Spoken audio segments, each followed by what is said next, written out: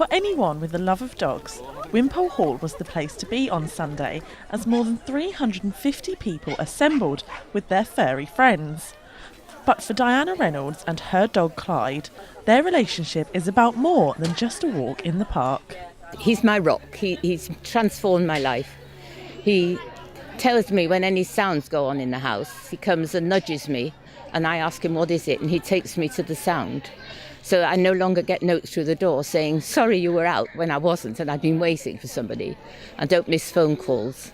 And in the morning, when my alarm goes, he wakes me up by putting his paw on my arm. And if I don't take any notice, he pats me harder.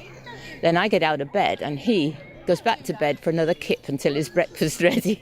Since Diana lost her husband 2 years ago, Clyde has become more than just her canine companion.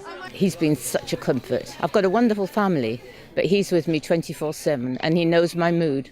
If I'm feeling a bit down, he's there with his head on my knee, gazing up at me. And it's such a comfort. I don't know how I'd cope without him. Well, after my family, which obviously mean a lot to me, he's number one. He's desperately important. We do everything together. We sit in the evening and I talk to him and he looks at me and we put the world to right and he never argues. He's great company.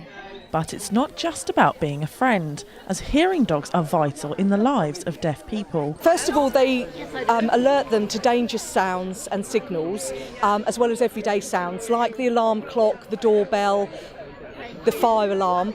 And that helps people feel confident that they are going to know when those sounds are going off. The other thing that the dogs do is they provide companionship to people, and because deafness can be quite isolating.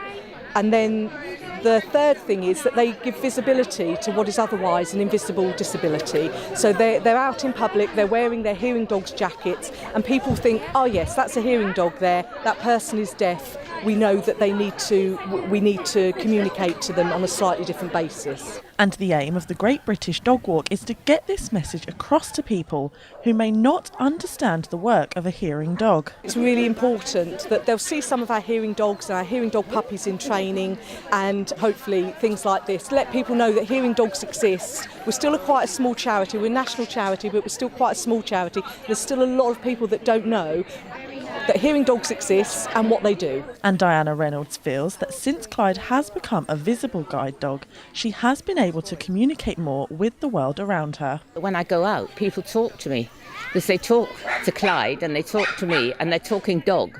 So as I've got hearing aids and I lip read, I can follow the conversation.